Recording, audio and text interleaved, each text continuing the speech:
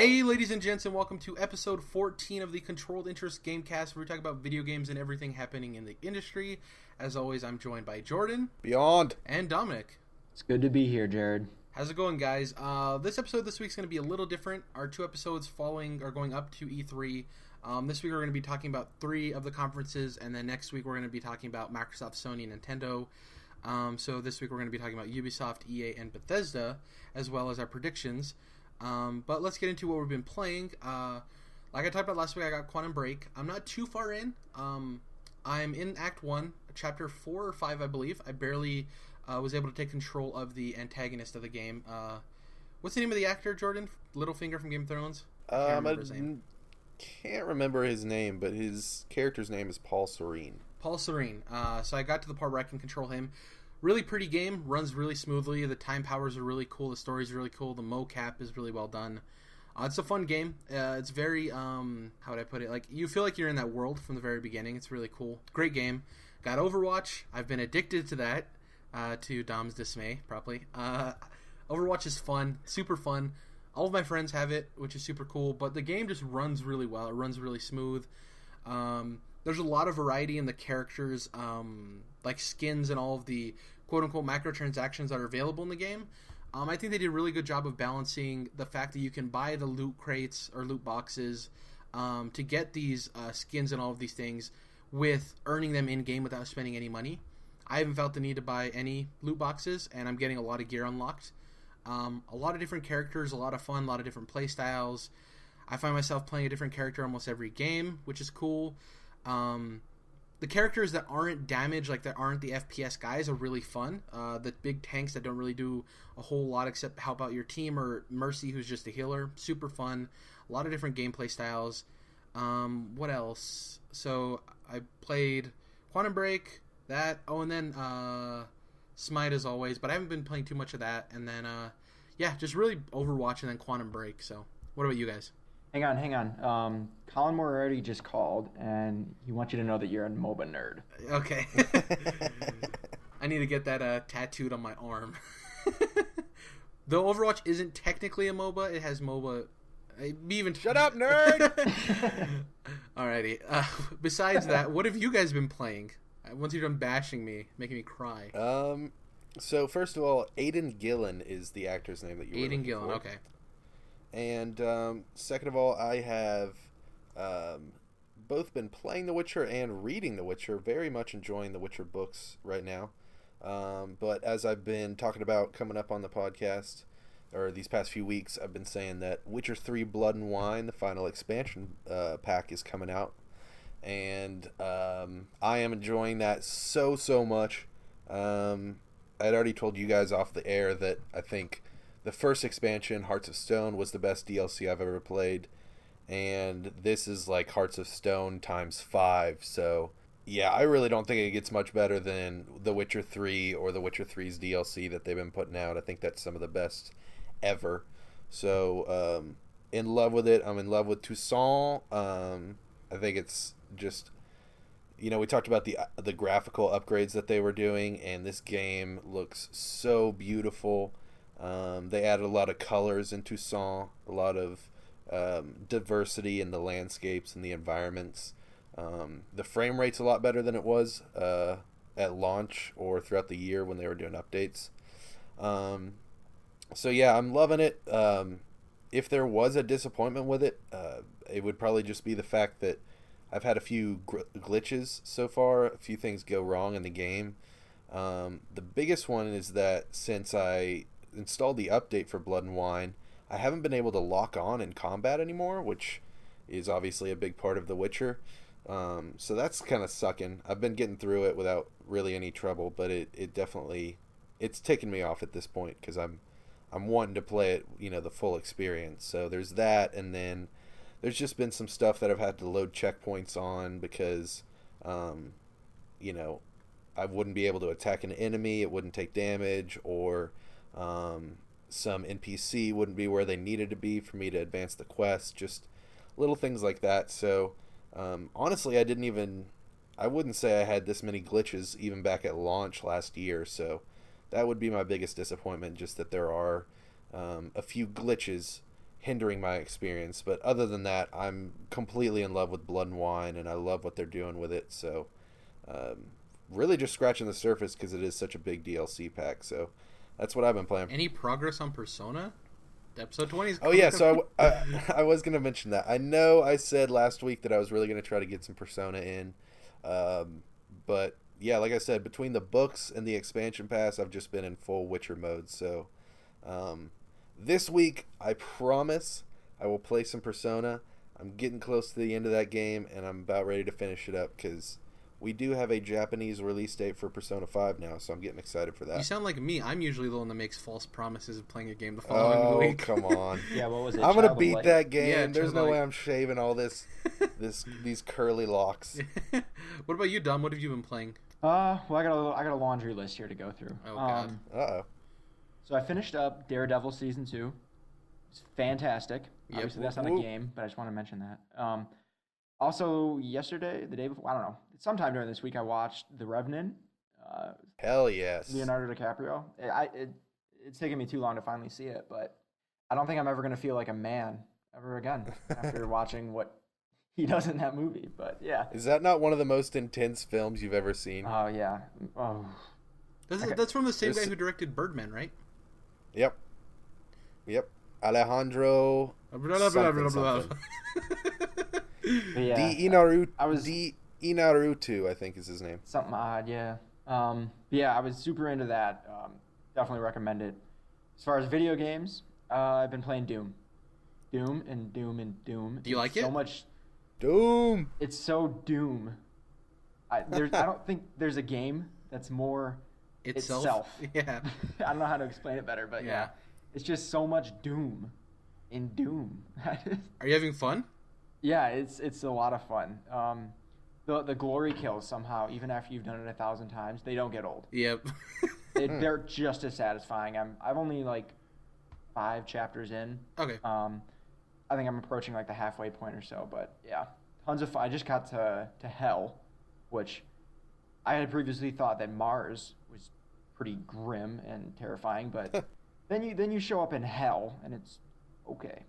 All right. Welcome to hell, bitch. I'm glad you're enjoying it. You were hearing me talk about it. You were getting a little jealous. I'm glad you finally have your hands on it to play it. It's fun, man. Yeah. Yeah, I just had to do it. It's right up my alley, so I just couldn't hold out anymore. So. It sounds like you guys enjoy Doom for the same reasons I enjoy Sunset Overdrive. It just knows what it is and it just goes for it. Yeah, it's fun. Like, it's just fun. Yeah. Yeah. That's cool.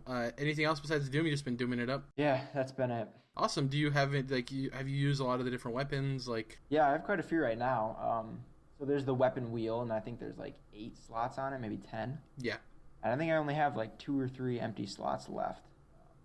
Yeah, I think you get the BFG is left, and then a couple other guns. Yeah, I definitely don't have that. Yeah, I keep on trying to remind myself to, cycle through different weapons, because otherwise I just end up using the shotgun the entire time. When it gets later in the game, you'll realize that you can't do that, because you'll either A, run out of ammo, or B, it's not quick enough for because like as the game goes on, you get more and more. They keep the same enemies you fought in the earlier parts of the game, and they add other ones, so the arenas keep getting a little bit bigger and bigger and more overflown. Towards the end of the game, there is so much going on, but in a good way. Like, there's just so much you have to shoot. So I'm excited to see how you feel when you come to the end of this. Plus, it's a lot longer of a game than people anticipated. People thought it was going to be a 5-6 hour campaign. It's actually a little bit meatier than people expected. So yeah, I'm loving it. Well, I think that's everything we've been playing this week. So we got Witcher, we got Doom, we got Overwatch, a nice little serving there. We're going to be getting into what Ubisoft is going to be doing at E3 this year, the Ubisoft conference. This week there was some leaks from these boxes that Ubisoft sent out that had like sunglasses and like pouches and stuff in them, and they had Watchdogs 2 logo on them. And people are speculating, obviously, this was them sending it out before E3. Watchdogs, Ubisoft came out and said recently, I think it was yesterday or the day before, Watchdogs 2 is going to be at E3, along with For Honor, Ghost Recon Wildlands, and some other surprises. So they basically got outed, and they had to say that it was already out, unless it was intentional. But I just want to talk about everything they have coming to the show. We can run through these and we can talk about them. So first off, Watch Dogs 2. What do you guys think? What do you guys expect out of Watch Dogs 2? They're going to show it. Big old playable demo. Release date we'll say September 9th. I don't even know if that's a Tuesday, but that's what I'm going with. Okay, so you think it's going to be coming out this year? Oh, yeah. What about you, Jordan? What do you think for Watch Dogs 2? So, yeah, I guess that's the question, right? Is Wildlands their big fall game, or is Watch Dogs 2 their big fall game? Because I could see either one being this fall, and then the other one being next spring, and then they have Assassin's Creed next fall in 2017. So, due to the fact that we already know about Wildlands, I would probably say that that's going to be their fall game, and then they'll probably just do Watch Dogs 2 next spring, but yeah, I definitely think they're going to do Watch Dogs 2 pretty big this year at E3 just because of the fact that, we got these, these coin pouches or whatever with the logo on it, and then there's been, like, the guy who is a voice actor who did the motion capture that didn't know he wasn't supposed to talk about the it. Instagram picture of the yeah, there's been kind of leak after leak after leak with Watch Dogs, and I think it's about time for us to learn a lot more about it. Do we think it's going to be good? I definitely think it's going to be better than the first game. I haven't played it. I have it, but I haven't played it yet. But from what people said, it does sound like it was somewhat lackluster. So I definitely think if they're going to do a sequel, they know that they have to, improve a lot of stuff. Honestly, I don't even know if they want to call it Watch Dogs 2.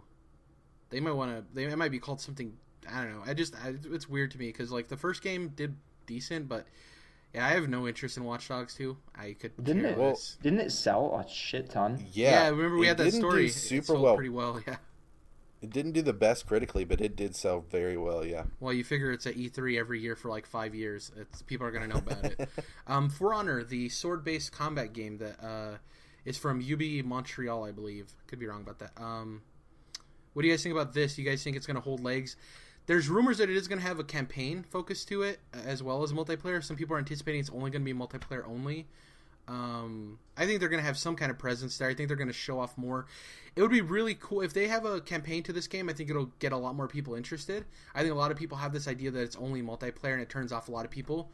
Probably you two, right? If it was just multiplayer only, you guys would care less about this game. So if you saw a campaign, would it change your mind about this game? Would it get you interested? Maybe. I think that it's with For Honor, as soon as they started revealing it, just the art direction and the style, the direction they were going with the warriors and the Vikings and the samurai, I think that, to me, this game could go either way. I could really see it be like kind of a sleeper hit that everybody gets involved in and people are playing a lot of multiplayer in, even if it does have a campaign. Or I could see it where it kind of just gets like 6s and 7s and people don't really get on it and it just kind of fizzles out. So For Honor is one of those in-between games for me that I'm really not sure about. Yeah, I'm interested because, like you said, to give a point, like it could be an Evolve where people are so hyped about this game and then it comes out and no one plays it after a day or two. Yep. Or it could be like a sleeper hit. So I'm intrigued. I really like the idea of like the very like visceral like melee combat with swords and stuff. Very in your face. It's very strategy based too. I want to see more of it.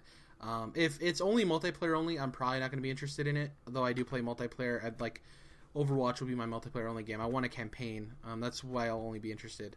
Hopefully it's more in depth than the final boss in Uncharted 4 sword fight. Ghost Recon Wildlands. We talked about this last week on the show. Got a reveal trailer. Do you think we'll see a lot of this game? Do you think we were talking about earlier that this might be their big fall game, Jordan? Do you think we're going to get some like information of what exactly it is? Because we really don't know. You guys have impressions of it being Far Cry-esque. I have impressions of it being Division-esque. Like, do you think we'll get a definitive answer of what this game exactly is? Oh, yeah. To me, this is their game this year.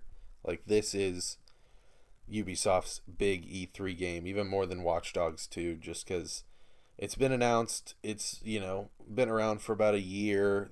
They've had a couple trailers now, and the only other option really would be Watch Dogs or an Assassin's Creed, which we know isn't going to happen this year at least, as far as release. And then you've got stuff like South Park and maybe a Rayman game or something, and then Just Dance. So there's nothing else that could really be their keystone at this point. See, I think they could both ship this year, a month or two apart. The Ghost Recon games, to me, at least my perception has always been, they have like their own kind of niche crowd, I guess, that always buys those games, and they're different enough from like what a Watchdogs would be. I don't think They could I think both that both hit of up the these- fall. Yeah. Yeah, I think if they're spaced apart just a bit, that I mean, assuming that they're both ready and everything, I don't think Ubisoft would have a problem releasing them both this fall, because they do have tons of stuff in the pipeline too. That'll be for next year, so that's my guess. Well, the thing too is like this goes to the point of, is this a Division-esque game where it's a multiplayer all the time gear seeker, or is it like a single player campaign?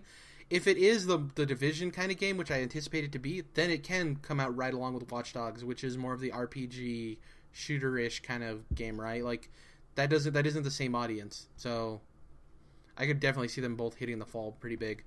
In that announcement for Watch Dogs 2 of them actually confirming it, they also said they're going to have some surprises. So we're just going to go through a list here. But actually, before we get into that, the one other confirmed thing I have here is Just Dance 2017, which we're all super excited for. There'll probably be some booth there, people dancing, whatever.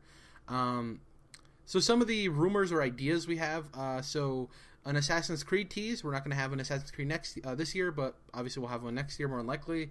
Do you guys think we'll have a tease of Assassin's Creed in any way? Yep, and it's going to be in Egypt.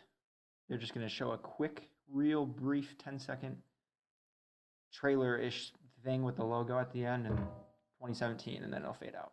What if you wouldn't think this game is going to be on par with the movie? You think there will be no tie-in to the movie at all? I doubt it. You don't think so? Oh, no. No, not at all. Okay, so Assassin's Creed, maybe. Division expansion. It was about a year after Destiny came out that it got the Taken King, and it was announced at E3. Well, actually, it was leaked beforehand, and then it was shown at E3. So these kind of gear chaser games. Do you think Division will have an open, like, huge expansion like the Taken King, or do you think they're done with it for, like, as far as like a big piece of DLC? That's what else will fit in for this fall for them. I think they're going to have a big expansion pack for the Division. See, even more than that, though, I'm starting to wonder, are they going to have to address all the problems with the Division at E3?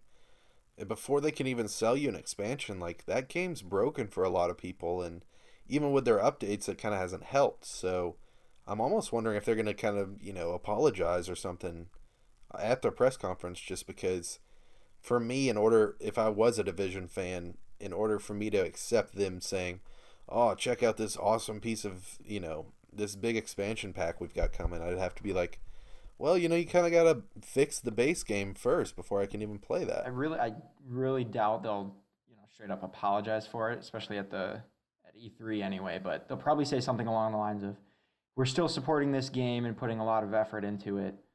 Yeah. This expansion will give you the Division experience you deserve. Right. Yeah, something like that. Okay. They won't, come out and say, we know it's been a shitty time for a lot of you guys, but we're going to fix it, So Far Cry That would be Primal, nice. yeah. So Far Cry Primal is essentially a reskin of Far Cry 4. Do you think we'll see Yep. any tease of Far Cry 5 this year? Anything? Nah, because Primal is only a year and a half after 4, and I think that's close enough to annualization that they don't want to go in any closer. I think they know that they may be kind of screwed up with the Assassin's Creed annualization, so I don't think they're about to jump back into that pool. Yeah. Yeah, maybe they show that at a different conference this year or something, but I don't think now. Okay, so a couple of studios they have here that haven't released a game since 2014. Ivory Tower, who's responsible for The Crew, and Red Lynx, who's responsible for all the Trials games. Neither of them have had a game in 2 years. Both of them could possibly have something in their pipeline. I doubt Ivory Tower will have a sequel to The Crew. It doesn't seem like it did too well. Do you guys think we'll see either a game from Ivory Tower or a new Trials game this year? Yeah, and instead of being called The Crew, it's going to be called The Gang or The Squad. No, I have no idea. The Pals. Yeah, so what do you guys think, a new Trials game? I know neither of you really play the Trials games, but do you think they'll have one? They have a pretty decent fan base. Yeah, I'd say that could happen anytime. They could just kind of, not that they're just like crapping them out, but they could kind of just throw it out there and people would accept that. Yeah. As far as Ivory Tower, do you have any idea if that studio has like a racing pedigree. Is that their deal? That's or their do you only think they game could they've just... made is The Crew. Yeah, but I guess They're like the I guess what heads. I'm I have asking no is, idea if they're like a racing studio. No clue. yeah, if they like came from, Racing background. Criterion or whatever. Yeah. I don't know, but yeah, I would like to see. That would be cool if we could get something that isn't racing or cars from them, because even before The Crew came out, I was like, yeah, it's cool that you can drive coast to coast, but I mean, that's about it for this game. Yeah. I don't know. It just didn't ever look that appealing to me, so I'm hoping that they move in a direction. So after, before we get out of this Ubisoft conference talk, a couple of things.